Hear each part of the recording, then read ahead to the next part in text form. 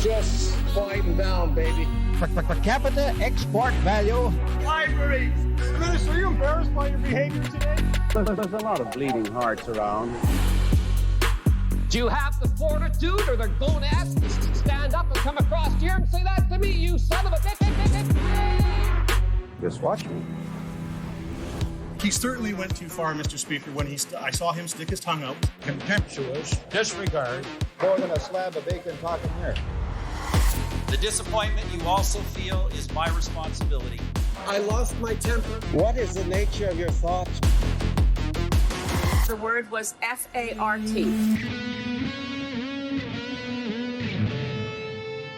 Hello and welcome to Canadian Politics is Boring. My name is Rhys Waters and with me is Jesse Harley. Hello. I think, you know what? I think you can do that better. A better intro. I think you can do that. I don't want to. I think, I think for the sake of our audience, you should feel a little more enthused. You know, I don't want to. No? Well, can you go the other direction then?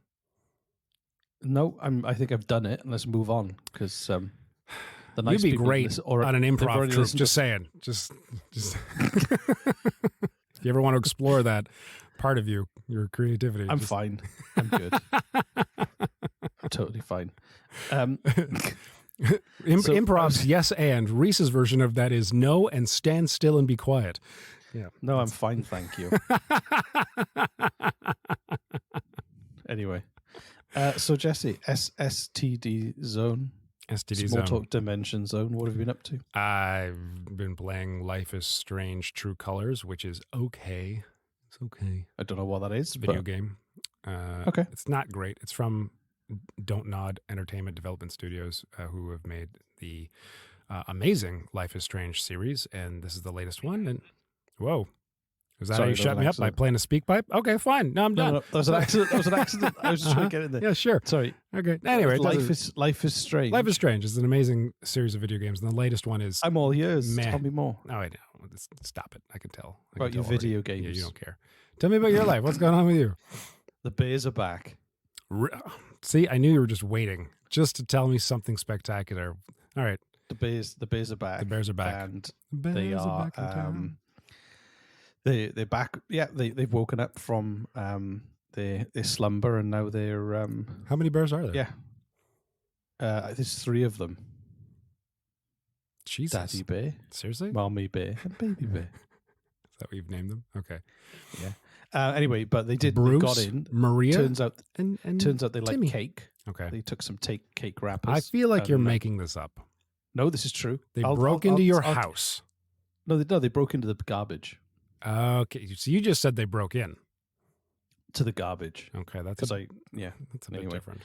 And not a lot's happened yet, but I'm going to start doing a video diary of it, I think, and put it on the Patreon so that people can get daily updates of bear activity. Sure. I'm going to call it Bear Watch with Rhys. I like it. So anyway. Yeah, that's exciting.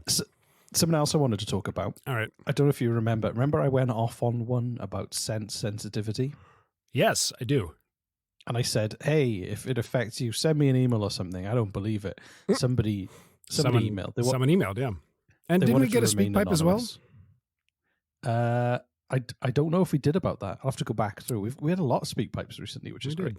But this anonymous person who doesn't want to be named, I'm going to call them Mr. Anonymous, said that the primary symptom that they experience is swelling and a burning sensation in their eyes, and they get a stuffy nose if they can't get away from the scent. So there we go. I stand corrected. Once again, it is a Rhys has real been thing, and it proven does wrong. upset some people. Yeah, that's great. Exactly. If you want to find more examples of me being wrong, just talk to my wife. I'll do that. She's got loads. I bet. Rhys, I've told you for the 10th time, we're not married. Yeah. Why are you still in my house? These are not your children. You need to leave. And I did prematurely shoot a speak pipe your way. So do you want to listen to that? Sure. Yeah. Let's hear a speak pipe, baby. This is from a secret government agent. Okay. Hey guys, this is Mikey, your top secret anonymous government source coming in and we're hot and heavy with the new reports. So don't tell anybody that I'm your anonymous source. Mikey from the NRC. But anyways, Canadian torture is horrible. horrible. It's top secret, so don't let anybody know. But what we do to people, if we need them to give us information, is we just play Nickelback albums on repeat. Nobody has lasted more than 4 songs before they completely break down mentally and tell us whatever we want. It's great. Chad Kroger's voice is amazing for breaking people down psychologically. Second off, Harper. I worked at 21st Sussex. Okay, not worked. I did other stuff at 21st Sussex, but big Star Trek fan. So his favorite foreplay is cosplay, where he would dress up in his little Trekkie outfit, his wife in her Trekkie outfit. And let me tell you, man, it got all kinds of Trekkie crazy up in those rooms, all right? He would walk around when he was at Parliament in his Trek outfits. People had to call him Captain Harper, and he would sit there at the head of the table going, wee, pretending to pilot his own little Star Trek plane, and he'd be like, wee, look at me, I'm going wee. That is Stephen Harper in a nutshell, all right? Crazy guy in 21st Sussex, loves his cosplay. Anyways, I'm out. Wow. Okay. I love. Thank you for your enthusiasm. Yes, thank you for. You're completely off the wall, and I love it. Thank you. Secret Thank government you for listening to our agent. show. Yeah. Send more of those, please. They always make me laugh. So if you want to leave a speak pipe like our secret government agent, just go to speakpipe.com/Canadian politics is boring, and it's anonymous, and you can it's like a voicemail you leave. An anonymous voicemail you can leave in like 5 seconds without leaving an email or name if you don't want to. We won't always play them. No, we won't always play them. Because some of them are... Anyway. Some of them are like that. So, that was good, though. That was very good. You're going to like this episode, Jesse. Okay. What's it about? So it's called Gold, Machine Guns, and Illegal Immigration. Okay. How does that make you feel? Are you aroused mentally? And hopefully physically. Not physically. Yeah. And physically. Nursing a chub. That's what I'm known best for. Yeah. That's... Tell me it again. I'm almost halfway. Tell me, what's the title again? Gold, Machine Guns, and Illegal Immigration. Okay. And he's done. Yeah. Anyway. So, would you like a towel? Jesus Christ. So, when I say illegal immigration, what mental image do you have? People illegally crossing the border. But where are they from and where are they going? Oh, gosh. I mean... Does the idea of illegal immigration bore you? Just a little bit. Yeah, no, I don't know. I don't know. I don't think about it that often. I'm assuming some are smuggled over on cargo ships and some come through the state's border because we've got one of the largest practically unmanned borders in the world. So, do you ever imagine thousands of like hungry Americans coming over the border? No. And that's not just because they heard about the Boston pizza in Manitoba. You've been waiting to tell that one, haven't you? That was good. I know. It was in your back pocket. So basically, I'm talking about the Yukon Gold Rush. Do you know a lot about the Yukon Gold Rush? Nothing. It's a beautiful part of Canada, and I've actually been to the place where most of this story unfolds, which is it's Alaska border in the Yukon, so it's the inside passage of Alaska. Oh, I actually edited a very small promotional video for Yukon. It was like 30 seconds long. It was the tourists coming off a bus and like panhandling for gold. Not panhandling. It's not like they're going on the side of the road begging for gold. Little cardboard sign. Gold, please. Seen any gold? Anyway, so what happened was in August 1896, gold miners they struck gold in the Yukon, and when news reached cities nearby, like Seattle and San Francisco, it basically caused a stampede of prospectors who were like, "I'm gonna give up my job working in Best Buy, and I'm gonna go and get rich finding gold." What year was this? 1896. Yeah, Best Buys were all the rage back then. Yeah, it was called the Best Buy back then. Right. They dropped the in the 1920s. Smart. Yeah. So anyway, it's cleaner. Yeah, it's cleaners. Crisp modernization. So because at first the government's kind of ignored. Can you imagine a Best Buy just always being around? Like the 1600s, there's a Best Buy. you know. Yeah, like Sir Samuel Pepys, and he's in Best Buy. And they've got in the back, they've got the abacus squad. Of course, we all remember the Roman Best Buys, which were made of marble, and they didn't sell electronics; they sold leaves. Like that. Yeah, that was good. That was well done. Okay. The ancient Greeks stole the idea for Best Buy from the Persians.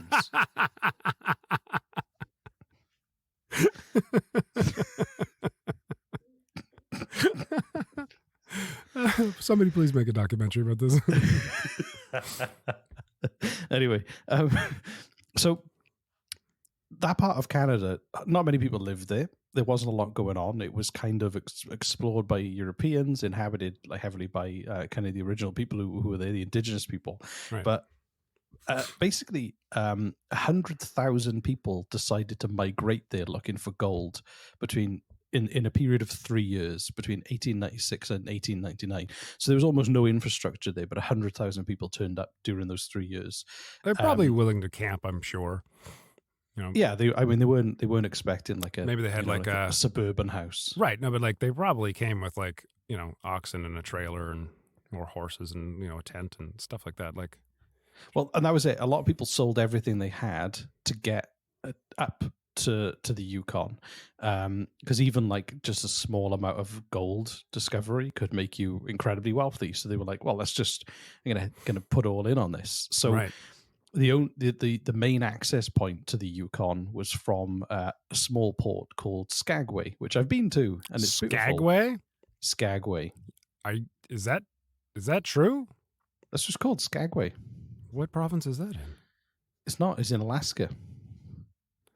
Oh, okay. Everyone was coming up from Seattle and from San Francisco to Skagway, and Skagway is right on the border. It's the closest port, really, to the Yukon Territory. So they would sail there, and then they would hike through the mountains to get to the Yukon. Wow. Okay.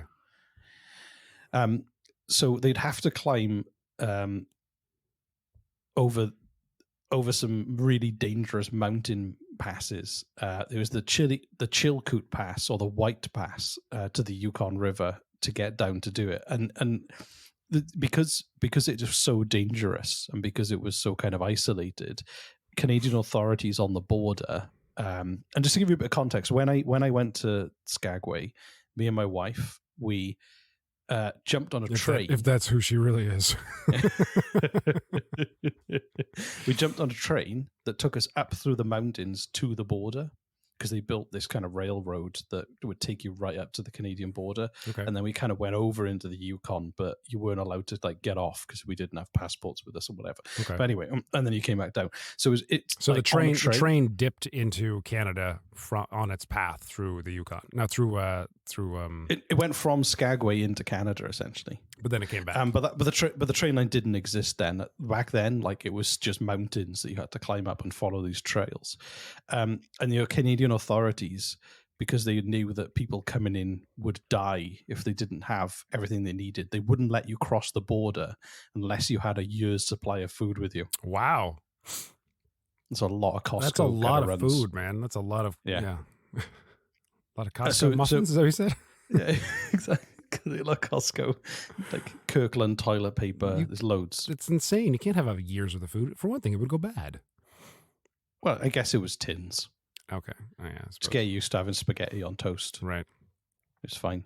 But also, it weighed about a ton. That was the estimated amount. So what they had to do was move this stuff in stages. So you'd have like 10 bags at the bottom of the hill, and you'd move them like one at a time up and come back for the other one. Wow. Okay. Most of the people doing this had no experience in mining. They were all they were city people. So they were like worked as salespeople or in factories, that kind of thing. So what happened was there were so many people resigning in Seattle.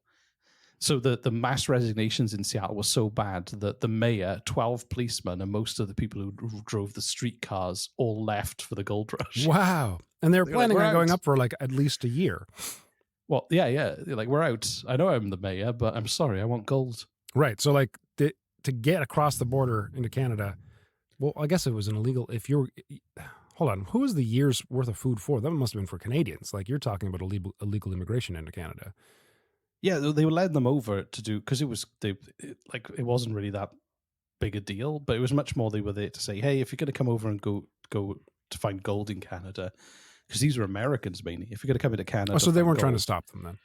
No, they were just they only let them through if they knew they were prepared and they wouldn't die. Right. So if you're going from Seattle up to the Yukon and you knew that you had to have a year's worth of food in order to get in, well, I might as well quit my job and go there for a year to see what gold I can get. Oh yeah, it was exactly. So I've got a year's worth of baked beans here anyway. I might as well take them with me. Exactly. So because everyone was streaming across the border, and the Northwest Mounted Why don't you just like show them a fishing line? Like, hey, do you know what this thing does? It gets you magical food every day. Yeah, but there's like, if there's thousands of people there, there's going to be no fish left. Yeah, I suppose. And also, what if you don't catch a fish that day? You die. That's how that happens. You're exactly. Right. I didn't eat today. Death. So yeah. Instant death. And you can only catch enough food to last you that day and only that day. This is how fishing works, Reese. Very good. Thank you for that reminder.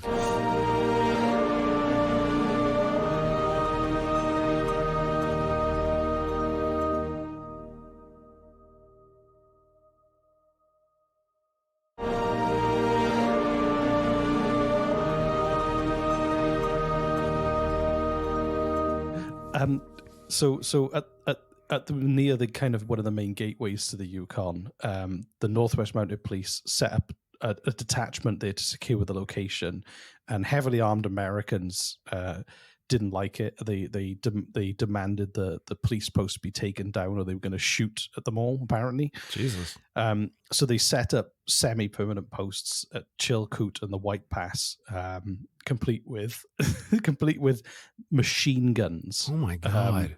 Basically, have you heard of the Maxim gun? It was the first fully automatic machine gun in the world. I think so. So the Northwest Mounted Police were like, "Hey, let's just set up machine guns on the border. This will scare them." That's insane. Because they were worried about it getting nasty.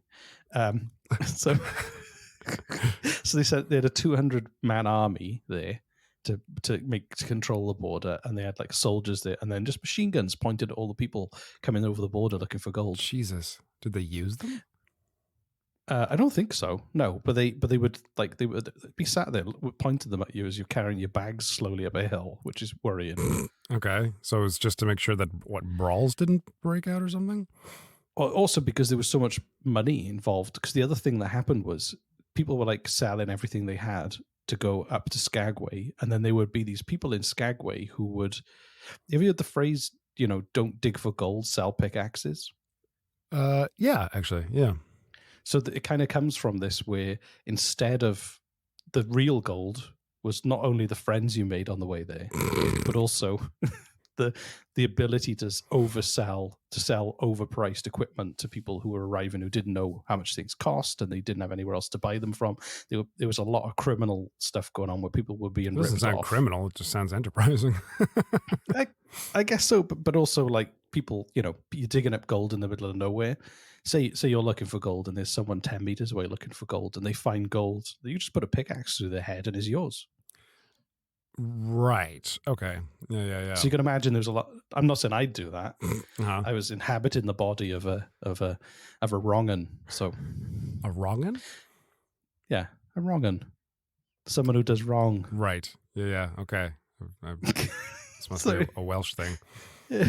So they would look for illegal weapons, try and catch criminals, enforcing like customs and duties, and also they started to force the people crossing to pay a 25% kind of tax on the value of the goods and supplies they were carrying. They started to do what now?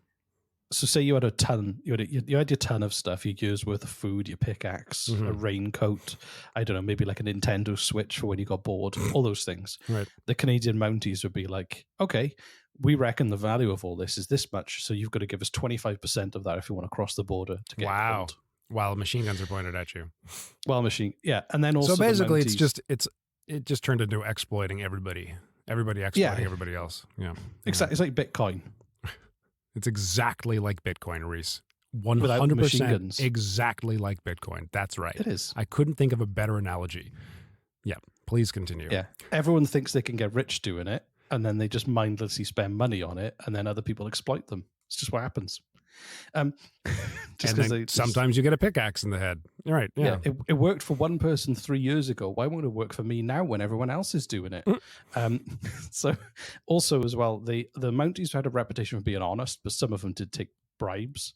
And prospectors would try and smuggle things like silk and whiskey in like bales of hay because they could then use them as favors for ladies in the saloons in Skagway. Okay. Skagway saloons. So it got so bad in the end that it was so chaotic there that America and Canada were falling out, and Britain got involved to come up with like a solution, and it meant that the British kind of went on the American side, and they kind of redrew the boundary there for territory. But what happened was because Canada wasn't a country then; it was still British North America. So the betrayal that many Canadians thought had happened because the British had sided with the Americans was one of the key kind of things that helped Canada become more independent because they were pissed off at London. Okay. So yeah, that's the story of the what did I say? Gold. I don't know. You started off strong, and then you kind of just whimpered into, you started with like a gold rush, and then you put crescendoed with like machine gun borders, which is kind of nuts, and like pickaxes in the head, and then we just kind of whimpered out into Bitcoin. I don't know what I don't want you to expect. That was a good episode. That was good. I liked it. Yeah, and the but the end was anticlimactic, but other than that, and then they all died because they're really old. I give this episode a 4 out of 5 stars. It's pretty good. There we go. Good. Yeah. I'm glad you're rating our episodes. Yeah, there you go. Just for you. Yeah, really just rating you. There we go. You're going to go on Yelp. So, thanks everyone for listening. Please, if you've enjoyed this show and you want to support us and all the work that we do, you already listen to ads, which we appreciate, and you don't get a choice in unless you can skip. But if you want to go to patreon.com/Canadian Politics is Boring, you can kind of support us every month, and you get a ton of extra episodes you've never heard before. Ad free? And as I said, I'm going to start doing a beer diary. You're not kidding about that, are you? No, I'm going to do a beer diary on Patreon. So you get Reese's Bear Diary on Patreon. You get ad-free episodes released early, and you get completely Patreon-only episodes. So there you go. That's just to show you that you love us. We know you love us. So go do that. Yeah. Even if you don't pay for it, we still know you love us. Yeah, because you come back. I don't know why. It's beyond me, really. After 3 years, it's kind of strange. But, exactly. I'm stuck in this for life, it seems. And if you ever get the chance to visit the Inside Passage of Alaska, I recommend it. It's beautiful. Send us photos. We're not going to do it. I thought you wanted my photos. It's from my honeymoon. I'm not putting my honeymoon photos online. If that was your honeymoon, if that is your wife. Right. I've never met her. I've known you for 5 years. I've never once met your wife. So I don't know. I think she's photoshopped. You think she's photoshopped? Yeah. I don't know why you haven't. It's because you don't drive and we live out in the middle of nowhere. Oh, sure. Excuses. That's fine. Yeah. I'll buy that. That's fine. Yeah. Yep.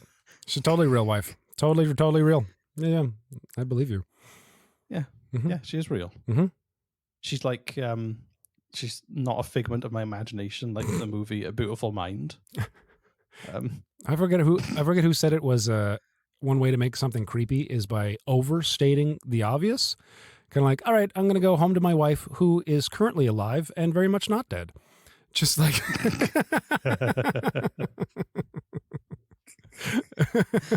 I'm going to go to lunch and have some human food. Just there we go. Go and enjoy your real humans' food. Thanks so much for sticking us in your ear holes, everybody. We really appreciate you coming by every time. And don't forget to leave us a speak pipe if you'd like to say hello. That's it. We're done. I got nothing else to say to you. Get the fuck out. Yeah, piss off. Bye, everybody. We love you. Cool. Bye.